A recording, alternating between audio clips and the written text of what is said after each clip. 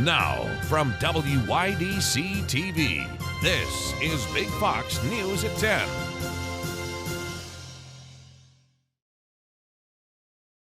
Good evening, I'm Anna Manuel. The Finger Lakes Wine Festival is making its return to Watkins Glen for the first time in 2 years. Our Josh Feldberg has more on what wine lovers from across the state can expect at the 25th edition of the festival. Get ready to raise your glasses because the Finger Lakes Wine Festival is this weekend in Watkins Glen. This year marks the 25th anniversary of the event. This will also be the first time it's been held since 2019 due to COVID. Thousands of people have already bought their tickets. People love our New York wines, all over the world, but particularly right here in the Finger Lakes region. We've got something to celebrate, and we know how to celebrate it. With wine fever starting to impact the Twin Tiers, Big Fox went to Lakewood Vineyards, one of the vineyards that will be represented at the festival. For the wine festival. Well, we convince everybody to get some nice new cushiony shoes. Basically, we just, we kind of look at what we feel like the wines are that people are liking the most in the current vintages that we have released, and what we've done well with in the past at the wine festival, and we get that wine ready and try to get our booth all set up. The festival will feature nearly 50 different vineyards. The wine industry has been a big part of the region for many years, and it continues to be a reason why people come to the Southern Tier. The festival has campgrounds nearby where people can stay. The festival will also feature events like a costume party, a toga contest, and several live music performances. The Masters Historic Formula One Grand Prix at the Watkins Glen International Racetrack will also be a part of the event. And so I hope that we all have a really great synergy, and breweries and distilleries, and that we all do get along, and we all support each other and help promote each other, because people come to the region for a broad experience, and we certainly have that to offer now. Organizers of the Finger Lakes Wine Festival remind everyone, if you do attend the event, remember to drink responsibly. Josh Feldberg, Big Fox News, Watkins Glen.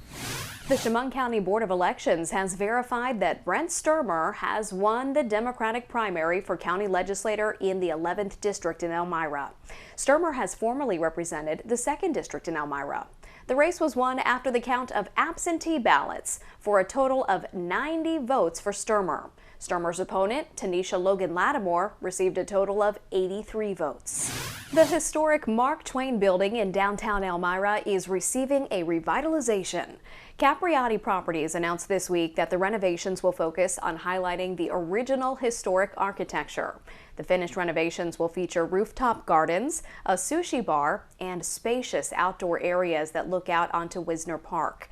The top half of the building has almost been completely renovated into luxury apartments. Looks like a disappointment this summer for golfers in our area. The Twin Tiers Golf Championship has been canceled this year. The event that usually features some of our area's best golfers was supposed to be held at the Mark Twain Golf Course in Elmira. The club's PGA pro, Jay Tursick, told Big Fox the event was canceled for several reasons, including a lack of sponsors, the availability of the golf course, and a declining interest among players. Tursick hopes to replace the championship with another event at the Mark Twain Golf Course later this summer. The death toll from the Highland Park parade shooting rising to 8 today as police continue their investigation into the alleged gunman who confessed to opening fire on parade goers celebrating the 4th of July. Madeline Rivera has more from Illinois. The suspected gunman in the July 4th shooting appearing in bond court this morning, with a judge declaring he be held without bail. Alleged gunman Robert Cremo III charged with 7 counts of first-degree murder. Additional charges are expected, including attempted murder of the more than 30 hurt in the deadly parade shooting. The suspected gunman opening fire on parade goers Monday with a gun similar to an AR-15, according to police. When announcing charges Tuesday, the Lake County District Attorney calling for a ban on assault rifles. The assault weapon ban was implemented in 1994 with bipartisan support and with the support of law enforcement. We should have that same ban in Illinois and beyond. Cremo legally bought the weapon used in the shooting, despite having a history with police. In 2019, authorities responded to his home after family members reported that he threatened to kill everyone. More than a dozen knives were confiscated from Cremo at that time. And while a motive remains unclear, police believe Cremo had been planning the shooting for weeks. He brought a high-powered rifle to this parade. He accessed the roof of a business. via a fire escape ladder and began opening fire on the innocent Independence Day celebration goers. The rifle was purchased in Illinois, and the information we have thus far is that it appears to have been purchased legally by Cremo. Among the victims identified are Irina and Kevin McCarthy, who leave behind a 2-year-old son. In Highland Park, Illinois, Malda Rivera, Fox News. Average gas prices are slowly coming down, but the high prices continue to financially strain Americans. The president is continuing to call on others to help fix gas prices and is rolling out the last part of his spending bill he claims will make the economy work better. Lauren Blanchard is in Washington with more. President Biden on his way to Cleveland, Ohio Wednesday, he and his administration have been trying to convince Americans they have a plan to fix the economy and put money back in wallets. This program will provide financial relief to millions of workers in multi-employer plans who face significant cuts to their pensions through no fault of their own. While Democrats were hoping to get a bump heading into the midterms from recent Supreme Court decisions, a Monmouth University poll taken during the same period the abortion ruling came down showed voters are focused on their bank accounts, with gas prices, inflation, the economy, and everyday bills as the top 4 concerns. I'm trying to shop all the sales, buy one, get one free. Whatever chicken was on sale, burgers on sale. Although gas has now dropped to $4.77 on average for regular, down from over $5 a gallon, it's still far higher than just a year ago. Even without a recession, based on how things are looking, we could see $4 prices by the end of the summer. According to Monmouth, there is a nearly even split on which party should control Congress. If the base is upset at the White House for not fighting hard enough for them, and if the population is upset about the economic situation in the country, the Democrats are staring at a disastrous situation in November. According to that same poll, a staggering 88% of Americans believe the country is headed in the wrong direction. In Washington, Lauren Blanchard, Fox News. Amazon is gearing up for its Prime Day event, but there are already some early deals available. The popular online retailer is starting its iconic shopping event on July 12th. Ahead of the sale, Amazon is offering several discounts on electronics like smartwatches and TVs, and an up to 60% savings on Nintendo Switch digital games. You can also save on household appliances like Blink security cameras and on several robot vacuums. There are also deals on lifestyle products and streaming services. A brand of healthy snacks is recalling some of its baked goods. Enjoy Life Natural Brands issued a voluntary recall, citing the potential presence of a foreign material. The company found hard plastic pieces in some products after an internal quality assurance review. The products in question were sold online and in retail stores across Canada and the United States. For a full list of potentially affected products, you can visit the company's website. Your complete forecast is next. Plus, Florida getting some help keeping its beaches clean with some new technology. Stay with us. Here's your local stock market update from Big Fox.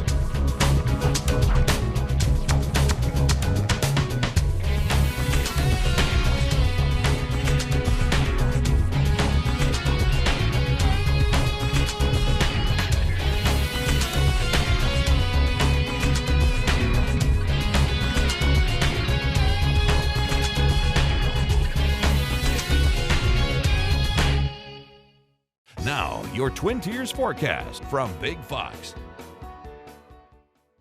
Well, that rainy weather was moving its way out of the state as we stepped into your early morning forecast. And when you look at the precipitation month to date now, we're looking at the Elmira area. Only about a trace of precipitation was seen from this system. Now looking month to date for everybody else, Binghamton was the one that really got zoned in on there. Now this month up to about 1.5 inches.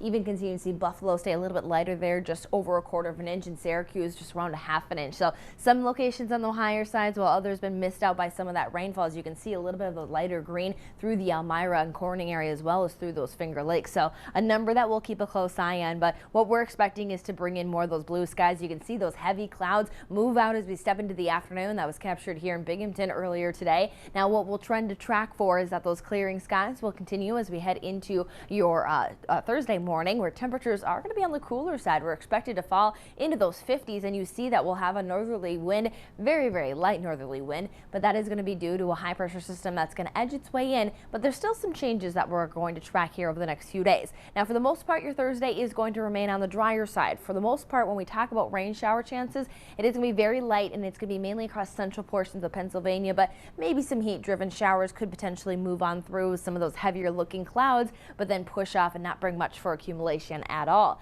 Now, high pressure system will build in behind a weak cold front as we head into your Friday morning. That is going to bring in sunny and seasonable conditions through much of the rest of this week and into that weekend forecast. So there's some pleasant outdoor weather ahead for us, but we will track some changes as we head into next week, as humidity will gradually return and there will be some storm chances. So Thursday morning, you can see some of that shower and thunderstorm activity due to a disturbance across Pennsylvania. That moves off, and then as you head into the afternoon, there is another round of some redevelopment. So potentially late on Thursday into Friday morning is your potential, but you see that slight uptick in cloud cover. That is going to be the departing cold front that is going to be working its way across the state, which will usher in that high pressure system. And you can see that cold front with the dew points, as you'll see that dew points through Thursday and Friday could hit those lower 60s. Now, I don't think it's going to be overall excessive heat or very sticky at all, more of just your typical summer sunshine that you'll feel that heat, but then overall the weekend should be comfortable, and then we're back on that climb for dew points as we head into next week, where there will be some increasing storm chances by about Tuesday. Overall for Thursday, we'll still keep those temperatures near seasonable, looking at 83 into Elmira, 82 into Corning, so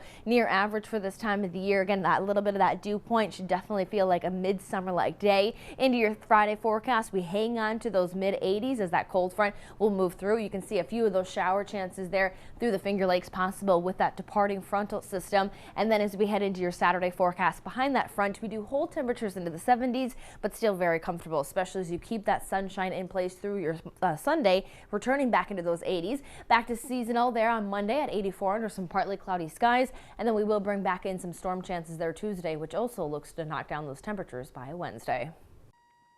Chevy offers a partial refund, Amazon announces a purchase, and Ben & Jerry's sues its parent company. CJ Papa has those stories and more in today's Business Briefs. Chevrolet announcing it's cutting the price of its Bolt electric vehicles and will make up the difference for people who've already bought the cars this year.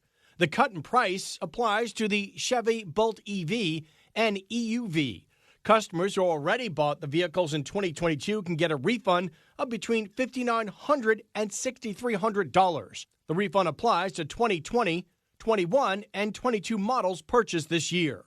Amazon agrees to buy a 2% stake in food delivery service Grubhub. As part of the purchase, Amazon customers will be offered free delivery on orders that are $12 or more in cities where Grubhub operates. Parent company Just Eat Takeaway purchased Grubhub last year. The company's stock has dropped 70% this year. Shareholders had been demanding the company either sell Grubhub or find a partner for it. And Ben & Jerry's is suing its parent company Unilever to stop the sale of the ice cream maker's Israeli business. Unilever was planning to sell the business to a local licensee, which would allow Ben & Jerry's to continue to be available in Israel and the Israeli-controlled West Bank. Ben & Jerry's says selling its ice cream in the region goes against the company's values. It also says Unilever decided to sell without the approval of its independent board. A judge told Unilever on Tuesday that by July 14th, it needs to show why it shouldn't issue a preliminary injunction. An industry that has stalled due to lack of components sees one American company increase sales. Ford Motor Company reported a more than 30% increase in U.S. sales in the month of June. That number beat out much of the industry thanks to improved delivery of trucks and SUVs and the rollout of an electric pickup. Despite this, Ford is still underselling in its first half compared to last year, where it sold roughly 81,000 more vehicles. A new eco-friendly robot is helping keep Florida's beaches clean this summer. Catherine Hawley tells us how it works. It's about the size of a golf cart, runs by remote control, and is 100% electric. Bebot is a machine created to clean. The robot is designed to sift very thin layer of the sand and remove small pieces of debris. It's the tiny litter often overlooked and left behind, like cigarette butts, bottle caps, food wrappers, or straws. The robot is cleaning up the coast all across Florida. Tuesday, Bee-Bot hit the sand at Madeira Beach.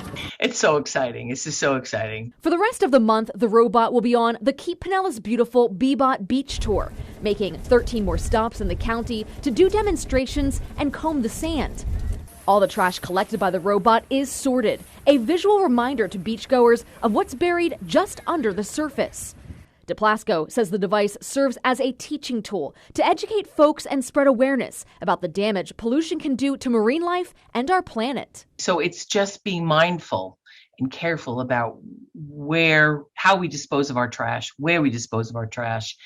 And if you see something, just pick it up. Bee-Bot will head to another part of the Sunshine State in August, reminding visitors of the importance of a healthy shoreline. The robot was donated to Keep Florida Beautiful by Surfing's Evolution and Preservation Foundation. Still ahead, the San Diego Police Department is struggling to keep officers as many are leaving for better pay and less stress in other cities. That story coming up. There is growing concerns about safety in San Diego after the city's police union reports a rise in officers leaving their jobs. Jamie Chambers reports. The exodus of officers from the San Diego Police Department is something that hasn't been seen since the department was slashing wages and benefits during the 2009 financial crisis. A lot of them are just people who are quitting, leaving to other police departments, or leaving the profession in general. Sergeant Jared Wilson is the police union president, and he says the loss of roughly 240 officers has been a shock to the safety system of San Diego. Rising crime rates, rising response times, societal change. We need those officers on the street keeping peace. Wilson says police officer retention has been an issue across the U.S., but San Diego is getting hit harder than most areas because smaller police departments across the area are poaching SD officers with more money and less stressful working conditions. High priority calls like burglaries in progress, gunshots being fired, felony crimes in progress, violent crimes in progress. They're looking at a 34-minute response time for priority 1 calls, which means we're really not getting there in time to effect change. The city of San Diego did just give their officers a 10% pay boost, which police union members say is helpful in the short term. But Sergeant Wilson says a modern overhaul is also desperately needed. We lost a full-time boat team. We lost our horse-mounted patrols in Balboa Park. We lost our DUI squads. We lost bicycle squads that did community policing in North Park and Hillcrest. They've all been cut. We've never replaced them. And so when we go to cut things now, we're really cutting from bare bones. As the flames continue to tear through the hillsides of Amador County, firefighters are using every tool at their disposal to fight the flames. That meant at times fighting fire with fire. Eaton Wallace was on the front lines where firefighters kept at it all day and even saved 2 dogs in the process. That loud bang came from a pistol. Only thing is, it did not shoot a bullet. It shot a flare meant to start a controlled burn, just one of several methods firefighters have used since Monday in the fight against the electrofire burning in Amador County. Also used drip torches and incendiary devices, kind of like fireworks, thrown to the landscape below to help get the backburn started. Starting to make some good progress this morning. Good progress, says this battalion chief, but there are lots of obstacles. The steep terrain has served as a major challenge for firefighters, and so has all the dry brush and fuel here on the mountainside, and that's why they're making all these backburns in order to save homes. The ultimate objective of firing operations is to starve the fire of fuel before it has a chance to actually reach our lines. So if something does decide to come out of the canyon, it's got a nice buffer to slow it down and stop it. While they focused on that, they had to take care of another matter, or shall we say 2 matters. Firefighters came across these 2 Dobermans found on the lot of an evacuated home along Canyon View Drive. Scared, yes, but thanks to these firefighters, the pups were unharmed and were even fed water and beef jerky. They were following our hotshot crew. They were running around helping out with the firing operation they had going on, and we're getting a little too entertaining in the mix there. Yeah, we just loaded them in a truck and just waiting for animal control. Sure enough, animal control came within a few minutes and brought the canines to safety, a hopeful sign as firefighters worked to gain the upper hand on the electrofire. Stay with us. We'll have more after the break. Let's leave you with a smile. A bear at a Washington State zoo uses her face as a paintbrush. The Northwest Trek Wildlife Park shared video on Facebook of the female bear named Fern. Zookeepers poured paint on the floor and hoped the bears would make colorful paw prints to sell at upcoming fundraisers. But Fern decided to put her face in the paint and smeared it to create her masterpiece. The zoo named her the Bear Picasso. That does it for us. I'm Jamie Holmes. Thanks so much for watching.